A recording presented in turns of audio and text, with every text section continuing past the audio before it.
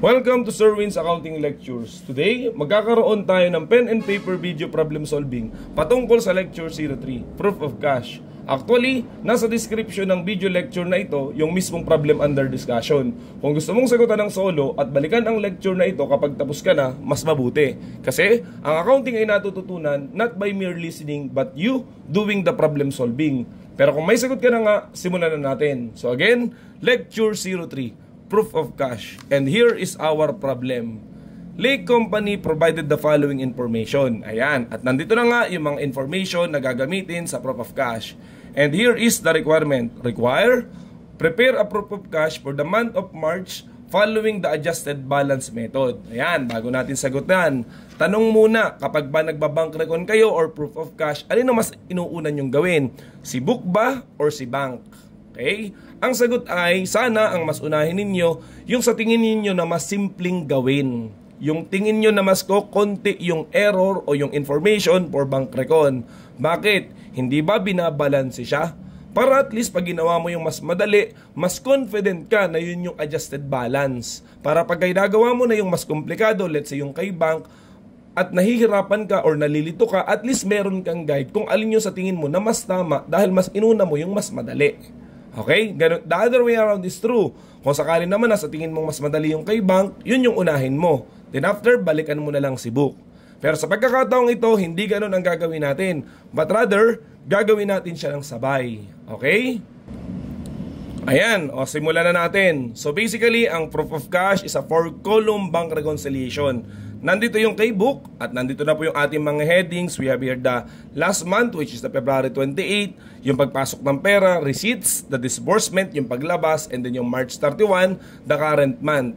Also, we prepare the bank recon for bank. Yung heading natin, same, yung last month, this month, the deposits, and withdrawal. Simulan na natin. Ang banggit natin kanina, gagawin natin siya ng sabay. So basically, depende sa information na ibibigay ng problem, yung una nating ipa-plot dito sa problems natin, sa ating solution. Sabi dito, balance per book, March 31. So that will be our unadjusted balance. Kay book siya, therefore isulat natin unadjusted balance. Ang ibinigay ay hindi yung February but rather yung March. So therefore magsisimula tayo dito sa dulo. Ganito lang naman kasi yung concept ng bank recon. Isusulat mo lang or isasagutan lang natin kung ano yung ibinigay.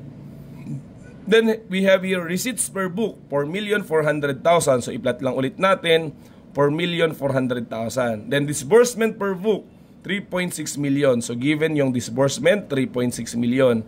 Ang nawawala is yung beginning, yung February 28. Actually, kahit alin naman ang tanggalin dyan or mawala dyan, basta't alam mo lang yung format that the beginning plus receipts minus disbursement is equal to ending, you can squeeze it or you can work it back. So gawin na lang natin para maintindihan yung sinasabi.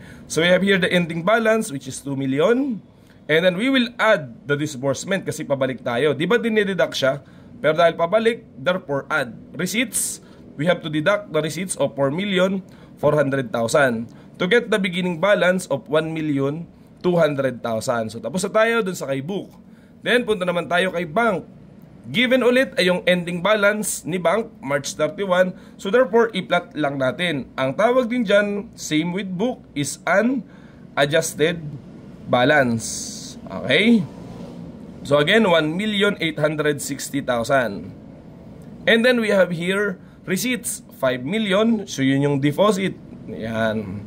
And then we have here disbursement or yung withdrawal, 3,940,000. So same approach nung kanina, i-squeeze natin o i-work it back. So 1,860,000. Okay. Add the withdrawal of 3,940,000. Then less the deposit of 5 million kasi work back nga tayo. So we will get the beginning balance of 800,000. Next. Yan. Narito pa yung mga ibang information. Let's say we read the first one. March collection of 200,000 recorded by lay as 20,000. So, di ba ang reconciling items nahahati sa tatlo? Kapag kay book, we have here the debit memo, the credit memo, and then error. Sa case na to, I believe this is an error. Okay? Ngayon, pag nagsasagot ako ng bank recon, hinuhuli ko yung error. Inuuna ko yung mga usual na. Kasi 'di ba formatted na kasi yung paraan ng pagsasagot ng debit memo at credit memo kay book, at pagdating naman kay bank, yung deposit in transit at saka yung outstanding checks. Formatted na yung solution nun. Okay? Kaya therefore, mas maganda na sila ang unahin at ihuli natin yung mga error. So sa pagbabasa natin dito sa unang information, di ba error ito? So okay lang baga, mamaya natin sagutan. Same goes through with the next one. I believe this is also an error. The next one is also an error, and the next one is also an error. Nandito sa ilalim, yung binabanggit natin na kung ako ang nagsasagot, kasi nagtuturo din po tayo ng technique dito, na unahin yung debit and credit memo, deposit in transit, and outstanding checks. Okay? Magsimula tayo sa credit memos. Ayan. So, ang ibig ko sabihin, ganito po. Isulat nyo na, may credit memo, and then meron ding debit memo. Okay? At sa kahulihan, yung mga error. O yan, ganyan po ang way ng pagsasagot natin. Ganon din naman kay bank. Okay, ang ginagawa ko, pag ako ang nagsosolve, inuuna ko nang isulat yung deposit in transit. Yan. At saka yung outstanding checks. Okay. At saka natin ihinuhuli yung errors. Kung sakaling meron. Okay. And then, yan. Alin ang credit memo dito? Sabi, note collected by bank for lay. Anong ibig sabihin nun? Meron tayong receivable na kukolektahin.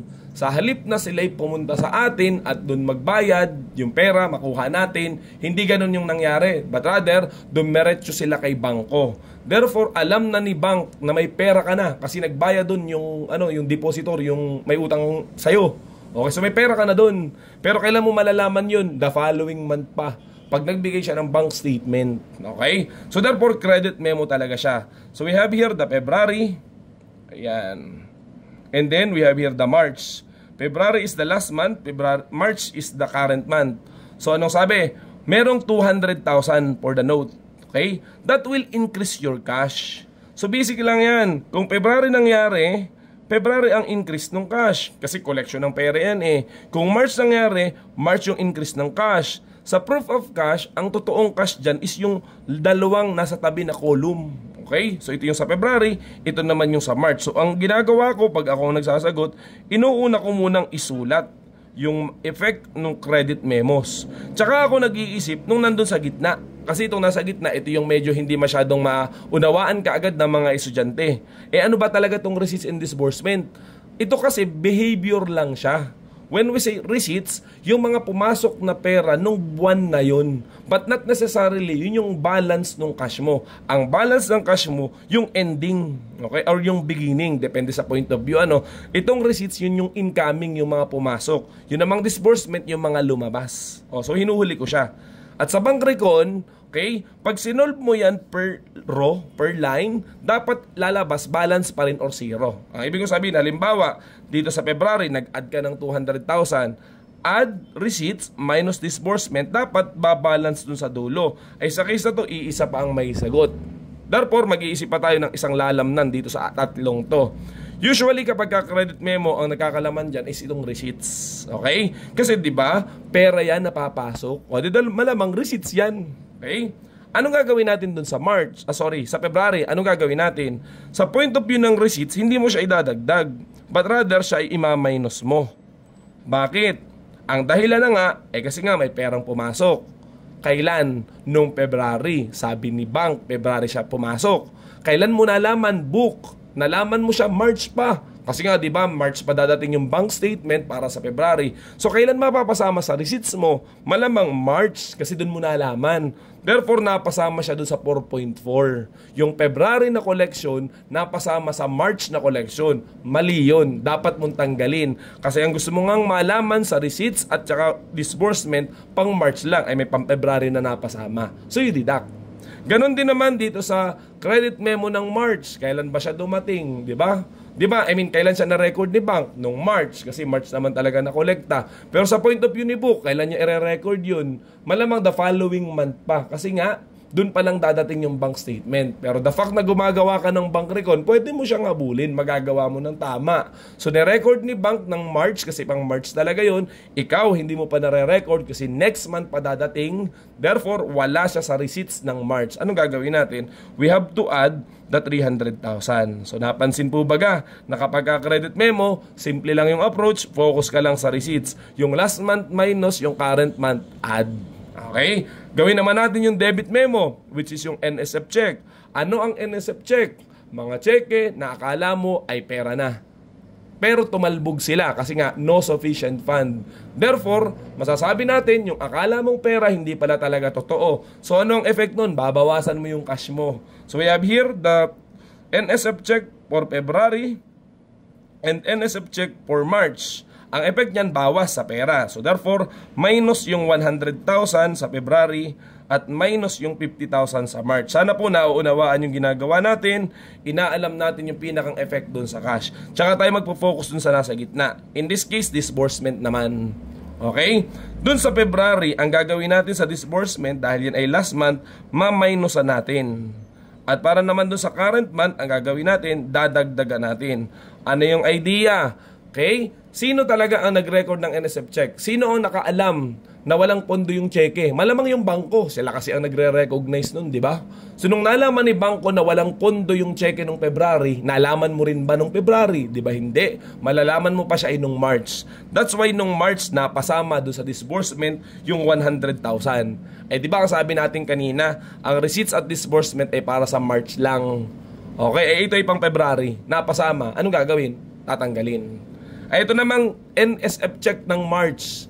Sinong nakaalam na walang pondo yung cheque? Ay di malamang si bangko, cheque kaya yun, di ba? Kasi tumalbog. Nalaman niya na yun, March pa lang. Kailan mo malalaman? March din ba? Ang sagot ay hindi. Malalaman mo yun the following month, April. Kasi dun pa lang dadating yung bank statement. Pero ang punto, gumagawa ka kasi ng bank recon. So anong gagawin mo? Kaya mo siyang habulin. Kasi ang sabi mo, napasama sa withdrawal ni bank, hindi mo pa naiisama kasi hindi mo pa alam, isama mo yung 50,000. Okay? So tapos na po yung credit memo at saka debit memo. Okay? Tumuloy pa tayo dun sa mga simple. Deposit in transit at saka outstanding checks. Okay? Given din ang deposit in transit nung February at saka nung March. Ano nga ulit ito? Mga deposito ni book na hindi ka agad dumating. Tama, di ba? Kailan dadating? Sa point of view ni bank, the following month pa. So ganito nangyari. May deposit in transit nung February, 600,000. Napasama ba siya dito? Hindi. Kasi nga dadating pa March. Ay dahil pang February yan, anong gagawin? We add dun sa cash. Same goes through yung deposit in transit ng March. Sabi ni book, deposito na siya ng March pero hindi pa yun alam ni bank. Therefore, isasama natin ng March. Okay? 480,000. So, we add for 80,000. Ayan na po yun. Ngayon, tsaka natin iisipin yung nasa gitna ulit. Okay? Tandaan, ang deposit at withdrawal ay para lamang din sa current month. Okay? O, paano siya sagutan? Okay, ganito. Okay? Yung deposito ng February, dadating ng March. Therefore, mapapasama yan sa deposit. Ay, mali yun, kasi pang February nga siya. Ang gusto mo pang March lang. That's why we deduct 600,000. Okay? Same goes through yung sa March. Dineposito ni book nung March, kailan dadating? Nung April. Therefore, wala pa siya dun sa deposit nung March kasi April pa dadating. Eh, the fact na gumagawa ka ng bank recon, pwede mo siyang gawin, pwede mo siyang habulin, so you add 480,000. Okay? Tumuloy pa tayo sa outstanding checks naman. So, we have here February and then March. Ano nga ulit yung outstanding checks? Mga cheque na nirelease na ng company. Therefore, nabawas na yun sa cash nila. Pero dahil siya outstanding, meaning hindi pa siya nai-encash o napapapalitan nung nabigyan ng cheque sa bangko. So in short, nasa cash pa ba natin yun sa point of view ni bangko? Nasa bank pa ba natin yun? Yes. Pero di ba dapat wala na kasi ibinayad mo na yun? So anong gagawin sa outstanding checks? Iba, bawas. Kung let's say may outstanding checks nung February na 100,000, we deduct. May outstanding checks nung March, we deduct 650,000. So nakukuha po ba yung ginagawa natin kapag doon sa mga usual, unahin nyo rin yung dalawang dulo. Okay? Kasi ma-appreciate natin na yun yung effect niya doon sa cash. Ngayon, sa outstanding checks, ang focus naman natin ay withdrawal. Kung ang deposit in transit ay sa deposit, ang outstanding check ay sa withdrawal. Ano yung dahilan? Meron kasing assumption na yung cheque nung February, kailan mai-encash? Pagdating ng March. Assumption lang yun. Kaya anong mangyayari sa withdrawal mo? Napasama na yung pang-February. Diba? Ay diba gusto mo withdrawal lang talaga ng March? Diba yung mga checking pang March lang talaga? Ay diba pang February yun? So napasama siya dito. So kailangan siyang mawala. So we deduct 100,000. Okay? Ito namang outstanding checks na 650,000, di ba nirelease na yan ng book nung March pa lang? So meaning napasama na yan sa disbursement nung March ni book. Kailan mai-encash yun? Ang assumption, hindi March, the following month pa.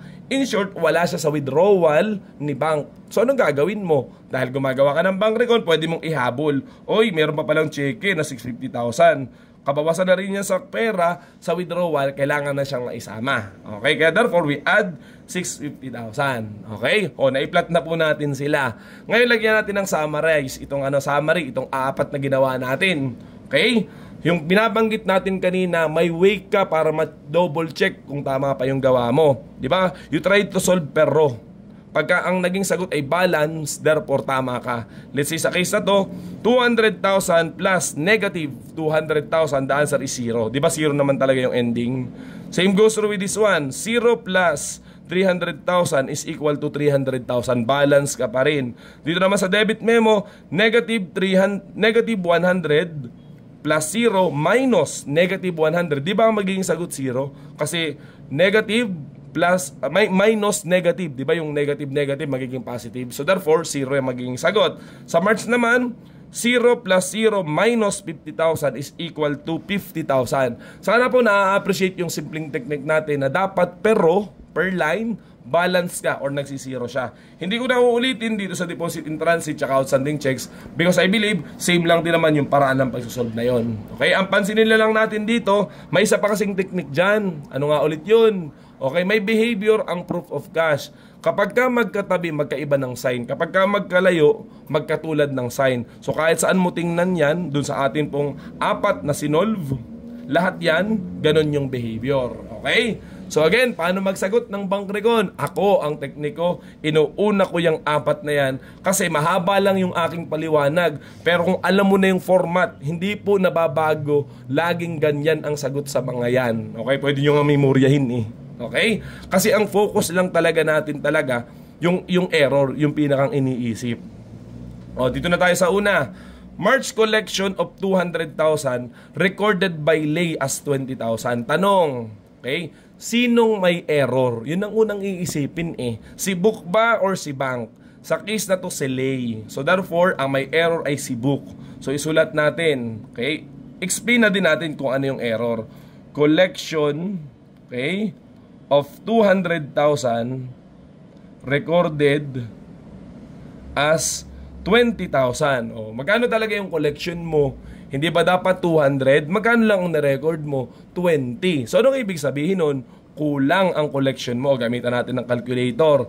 Dapat 200. Ang na-record, 20 lang. So, kulang ang collection ng 180. So, what can we say? Kulang ang cash ng 180. Kailan ba siya nangyari? February o March? Eh di malamang, sabi dito, March. So, March yung effect nito. So, you add 180,000 here.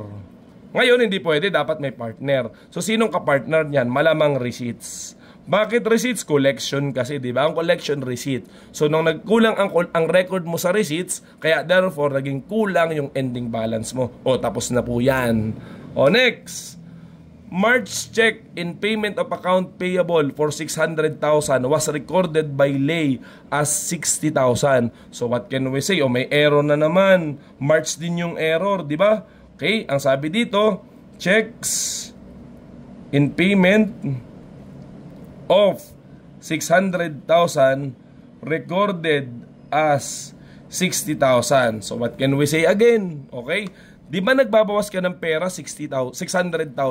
Magkano lang yung na-record mo? 60 lang. Oh, so what can we say? Oh, yan na naman. Oh, kulang ang nailabas mo na pera sa halagang 540,000. So, sobra yung March mo. Kulang kasi yung nilabas mo. So, para maitama, bawasan mo yan ng 540,000. O, di ba? Saan naman may effect? Malamang sa disbursement kasi naglalabas ka kasi ng pera. Kulang ka nang nilabas na 540,000 dahil akala mo nga, okay, ay 60,000 lamang na i-record mo. So kulang ka ng 540 na palabas. Okay? I believe yun na yun. O, tuloy pa tayo. March check of lease company erroneously charged by bank to lay for 400,000. O tanong, sino naman ang may error this time? Sa case na to, si bank naman. Bakit? Tayo si lay, napagkamalan tayo na si lease. At ano ang sabi? Okay? Chinarge. Ano ibig sabihin ng erroneously charged? When you say chinacharge ka, binabawasan ka. Binawasan daw tayo ng 400,000 nang hindi dapat. Okay, sulat muna natin dito yung error. Okay? So, erroneous. Yan, erroneous charges, okay, by bank. Binawasan tayo ng 400. So, paano natin i-correct? Hindi pala kita sa video. Okay? Erroneous charges by bank. So, binawasan tayo, di ba? Binawasan tayo ng 400,000. So, paano natin i-correct? Malamang simple lang. I-add back natin. Binawasan pala tayo ng hindi dapat. So, ibalik natin. Saan na-record ni bank yung pagbabawas? Hindi ba't sa withdrawal? So, anong gagawin natin sa withdrawal? Napasama siya, dapat wala. 400,000. So, ima-minus mo siya. Okay? So, I believe yun na yung sagot dun. O next, meron pa ba tayong naiiwanan? Wala na. O therefore, anong ibig sabihin nun? Moment of truth. Ngayon mo na malalaman kung tama or mali ang sagot mo sapagkat i-add na siya para ma-determine yung tinatawag na adjusted balance. Okay? Both sila. Ayan. Akala po kasi ng iba, pag nagbabank recon, may pinipiling unahin kung si book or si bank. Pero actually, pwede mo naman talagang sabay gawin katulad ng ginawa natin. So we try 1.2 million plus 200,000 minus 100,000. We will get 1.3 million para kay book. And then we try kay bank. 800,000 plus 600,000 minus 100,000. We will get 1,300,000 din. So what can we say? O balance. O 1 down. Alam mong tama ka sa bank recon sa proof of cash pag nagbalanse sila. So we now go to the receipts. Kay book muna. 4,400,000 minus 200,000 plus 300,000. Okay? Plus 180,000. So we will get 4,680,000. And then doon naman tayo kay bank deposit. 5 million minus 600,000 plus 480,000. So we will get, okay, 4,000,008 hindi balance. Okay? Hello? Ayan. So nung pong sinolve natin kanina, pasensya na, kinat ko yung video, hindi nag-balance kasi lumabas iba yung amount. Alam ko na po yung dahilan kasi naman ang bulok nating magbasa. May nalaktawan tayo na isa pa na information dito sa problem. Hindi natin nasagutan kanina. So itutuloy ko na po Okay, naman ang maganda sa bank recon. Alam mo kung kailan ka mali. O katulad ko, nagkamali tayo. So alam natin kung kailan natin i-correct yung ating sarili. So narito, nalimutan itong isang ito. Okay? Deposit of lease company erroneously credited by bank to lay company 200,000. So in short, may isa pa palang error si bank. Kaya nalimutan lang po natin. So isulat ko na lang dito sa pinakang ilalim. Okay? So ulit, ano nga ulit yun? So tayo si lay. Yan. Napagkamalan tayo ni bank na tayo si lease. Therefore, dinagdagan nila tayo ng 200,000. Kaya mali yun, hindi nga kasi tayo si lease, tayo si lay. Okay? So, erroneous credit, yan, by bank. Nadagdagan tayo ng 200,000. So, anong gagawin? In order to correct, kailangan nating bawasan ang sarili natin ng 200,000. Okay, para po yan dito at nakalimutan lang. Okay, sana maliwanag pa rin yun. Kasi tumalon yung mata natin eh. Okay, ngayon, tumuli pa po tayo. Yan, babawasan natin yung sarili natin ng 200,000 kasi hindi naman tayo sa lease. Saan ba yun na i-record ng bank? Hindi ba sa deposit? Okay, kasi nga, syempre, akala niya tayo yun eh. Nadagdagan tayo ng 200,000. So, anong gagawin sa deposit? Babawasan ng 200,000. Okay, nalimutan lang po yung kanina, no? Hindi po tayo mali, may nalaktawan lang tayo na information dun sa problem kasi sa live din naman natin ginagawa to or hindi naman tayo nagsosolve ng advance, okay? Bumalik na po tayo dun sa pag-a-add. Yan. So again, inuulit ko po, napa-record sa deposit, mali. So dapat tanggalin sa ending balance at saka sa deposit at hindi naman atin yon. So now we try to solve yung kay bank. So 5 million, okay, minus 600,000 plus 480,000 minus 200,000. So we will get 4,680,000. So what can we say? Pwede talaga siyang sagutan ng sabay. Nalalaman mo, oo, balance ka. Okay, yun yung maganda talaga dito eh. Alam mo kung kailan ka mali. Ayan. Kasali talaga yon para makita ng ibang audience, okay, na nagkakamali rin talaga tayo, tsaka ganito talaga ginagawa ang bank recon. By the way, sinusolve ko na nga pala yung, yung third line, yung disbursement. 3.6 million minus 100,000 plus 50,000 plus 540,000. You will get 4,090,000. Okay? Double rule na natin. Then sa disbursement naman, 3,940,000 minus 100,000. Okay, plus 650,000. Okay, minus 400,000. So you will get, okay, 4,090,000. Akala ko hindi na naman balance. Last one, yung March, 2 million plus 300,000 minus 50,000 plus 180,000 minus 540,000, we will get 1,890,000. And then kay bank naman na ending balance 1,860,000 plus 480,000 minus 650,000. Okay, and then add 400,000 at yung error kanina, yung dinagdagan tayo ng hindi dapat, so we deduct 200,000, we will get 1,890,000. So ano pong napansin natin? Balance na tayo. Okay? Ayan, sana maliwanag tayo doon. Yan. So ngayon, tapos na po yung ating requirement, gumawa daw ng bank recon. Pero gusto ko dagdagan natin. Okay? Ano pa po ang iladagdag natin na requirement? Yan. We also do adjusting entries. Mag-adjust tayo. Okay? Kasi sa bank recon, kasama po yun. Kaya, mag-iisip ka, alin ang mga ina-adjust? Yung iba kasi, nagtatanong pa, alin po ba dyan? If ever na itanong. Okay, una, reconciling item siya. Okay? At dalawa yun, di ba? Mayroon tayong book at saka bank. Sa problem, sino ba tayo? Si book ba tayo o si bank? Tayo si book.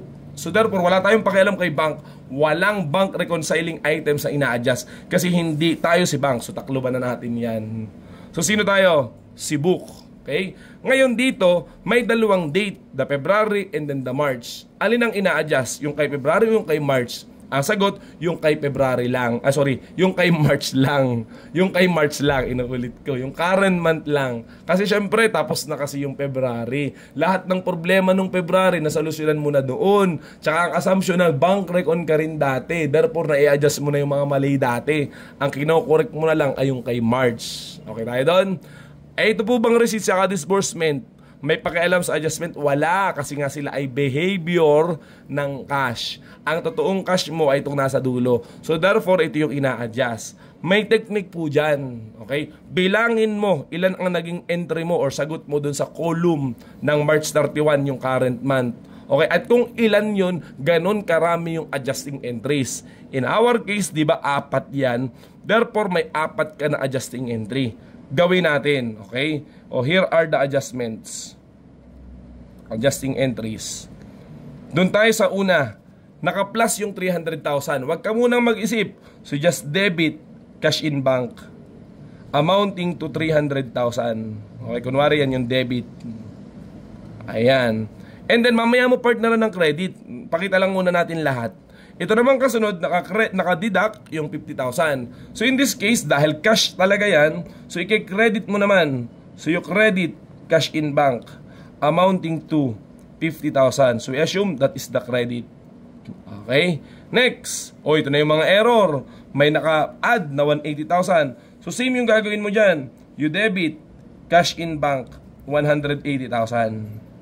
Ayan. And then may isa pa tayo, nakadeduct naman 540,000. So therefore that is a credit to cash in bank amounting to 540,000. So ano po ang ipinapakita natin dito sa ating solution? Maaaring sa adjusting entries may tatamaan kang isa. Alin? Yung cash. Kasi kapag ka naka-add, naka-debit, pag naka-credit, naka-deduct. Ang iniisip lang naman talaga sa adjusting entries sa bank record, ano yung kapartner? Ang sagot ay depende na yan sa problem. Kailangan maintindihan mo yung nangyari. Halimbawa, sa case na to, credit memo. Ano nga ulit yung dahilan ng credit memo natin? O balikan natin siya. Di ba ang sabi dito? Note collected by bank. O ay di yung credit memo, note receivable yan. Kasi kinolekta, di ba? Di receivable, kinolekta. So ang kapartner nung 300,000, yung unang adjusting entry, itong 300,000 na to, malamang that is notes receivable. So yung credit notes receivable. Napansin nyo, inisip natin kung ano yung cash na debit siya. Pero kung ano yung credit, ang iniisip natin ay account title. Kasi alam mo na may 300,000 dyan. Okay? Kung ano yan, depende na sa problem. Pwede ang gawin mo, halimbawa itong pangalawa, may naka-credit na 50, may naka-debit dapat. Hindi mo pa alam ang tawag. Itong pangatlo, may naka-debit na 180. So therefore, may naka-credit na 180. Sa pangapat, may naka-credit na 540. So therefore, dapat may i-debit kang 540. So ngayon, anong ipapartner natin dun sa mga na-record natin na mga numbers na yan? Okay? So same nung approach kanina, kailangan nating isipin, ano bang dahilan? Okay? Bakit nag-decrease yung cash dito? So let's say dito sa 50,000, hindi ba't ang sabi debit memo siya?